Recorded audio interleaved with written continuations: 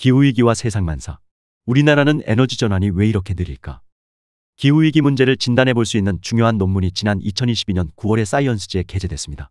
전 세계의 유명 기후학자 40명이 공동 저자로 참여해 파리 협정 목표인 산업화 이전 대비 지구 평균 온도가 섭씨 1.5도를 넘어서면 어떤 기후재앙이 닥칠 수 있는지를 다뤘습니다. 논문 제목이 섭씨 1.5도를 넘어서면 복수의 기후극단점이 본격적으로 시작될 수 있다였습니다. 저자들은 논문 작성을 시작했던 당시 수준인 섭씨 1.1도 상승에서도 이미 북극권의 그린란드와 남극의 서남극 빙상 붕괴, 영구 동토층의 해빙, 열대 해양의 산호초 소멸 및 지구촌 곳곳에서 극단적인 가뭄의 시작 등 중요한 지표들이 극단점에 도달했다고 지적했습니다. 그리고 2027년 이전에 도달할 것으로 예상되는 파리협정 목표 섭씨 1.5도를 넘어서면 지구의 기후 상태를 나타내는 16가지 지표 중에서 겨울철 북극 해빙 소멸과 남극 대륙의 동남극 빙상 붕괴 두 가지를 제외하곤 전부 극단점에 들어서는 것으로 평가했습니다.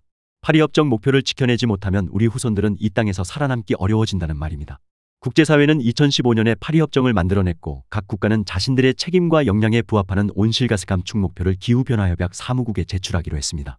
파리협정 목표를 달성하려면 전 세계가 평균적으로 2030년까지 2019년 대비 43%를 줄이고 2050년 이전에 탄소 중립에 도달해야 합니다.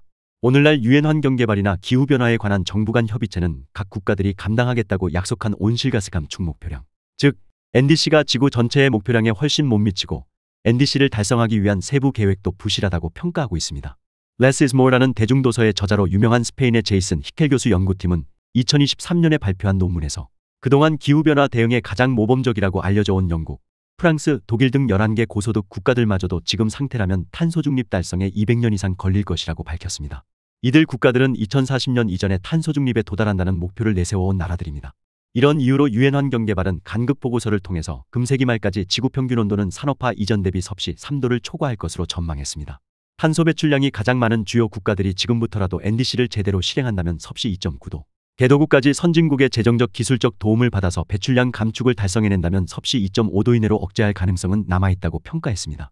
이젠 인류의 목표가 섭씨 1.5도가 아니라 섭씨 2.5도 이내로 억제하면 다행이라는 말입니다.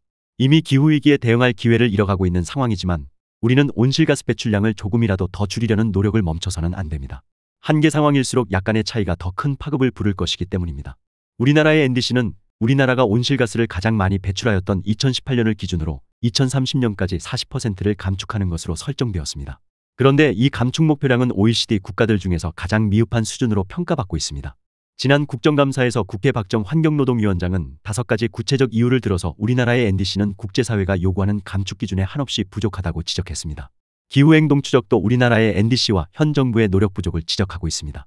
그들은 우리나라의 NDC는 금세기 말까지 지구 평균 온도를 섭씨 3도 상승시키는 양이고 현 정부의 정책과 노력은 섭씨 4도 상승까지 야기할 수 있는 행동이라고 지적합니다. 지구의 온도를 올리는 대표적인 물질은 이산화탄소이고 이산화탄소 발생의 책임은 상당 부분 화석연료 사용에 있습니다. 따라서 화석연료를 버리고 재생에너지로 전환하는 것이 가장 확실한 대책입니다.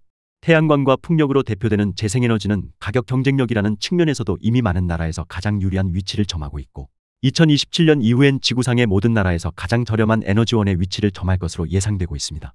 하지만 우리나라의 재생에너지 생산 수준은 OECD 국가들 중에서 압도적 꼴등 수준인데 현 정부 들어서는 더욱 뒷걸음질을 치고 있습니다. 한국은 근래의 재생에너지 목표치를 후퇴시킨 유일한 나라입니다. 윤석열 정권은 이전 문재인 정부가 설정했던 2030년까지 재생에너지 전력 생산 비중 30.2%를 8.9%포인트나 낮추었습니다.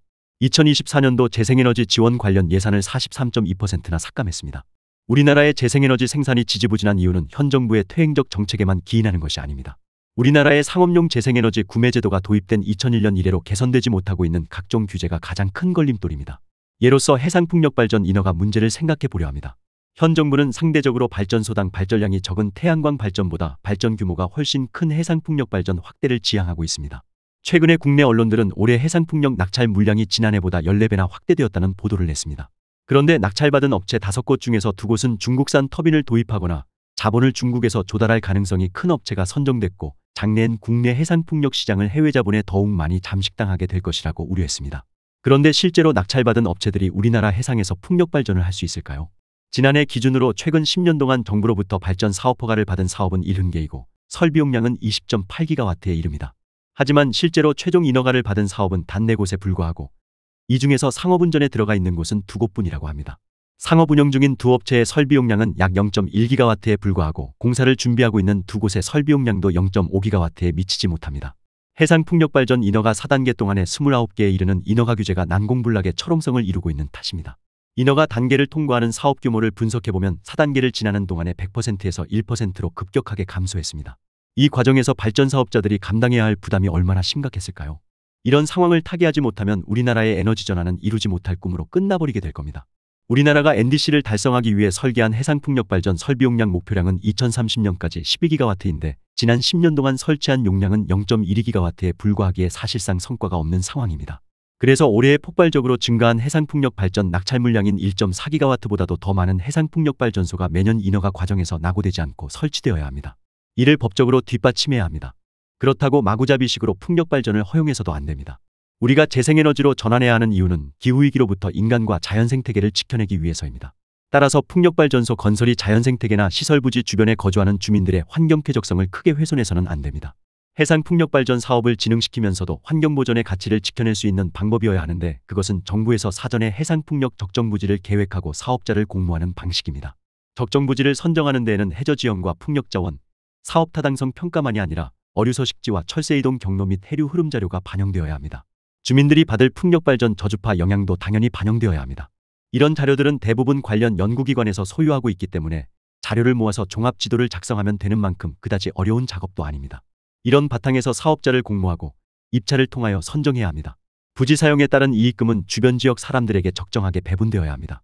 덴마크, 독일 등 해외 해상풍력 강국들이 채택하고 있는 방식입니다.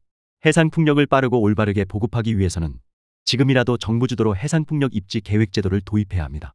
이런 제도를 도입해 환경 사회적 여건을 사전에 충분히 고려해 주민들이 수용하기 쉽도록 해야 합니다. 이렇게 해야 사업자들도 사업에 뛰어들기가 쉬워질 것입니다. 제가 2021년 12월에 방송된 KBS 환경 스페셜 우리는 왜 신재생에너지를 하는가에서 지적한 사항이기도 합니다. 더 칼럼니스트